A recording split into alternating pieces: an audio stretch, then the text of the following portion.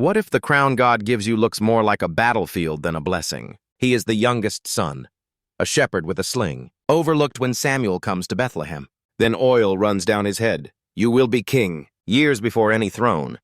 He serves Saul, plays the harp, kills Goliath with one stone.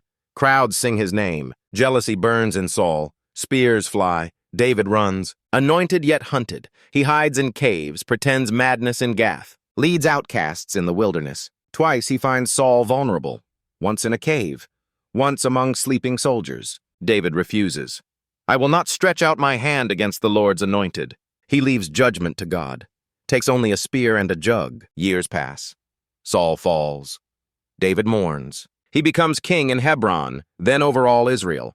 He brings the ark to Jerusalem, writes psalms in peace as he hid before. But the man after God's own heart also stumbles. On a rooftop he sees Bathsheba. He takes her. To hide his sin, he recalls Uriah from the war. Uriah will not go home while the ark and Israel dwell in tents. David sends orders to place him in the front, then pull back.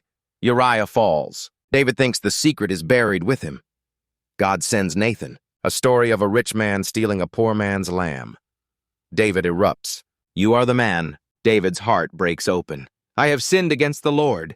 The child dies. The sword never leaves his house. Absalom rebels. David flees barefoot, weeping up the Mount of Olives. Yet he returns humbled, not hardened.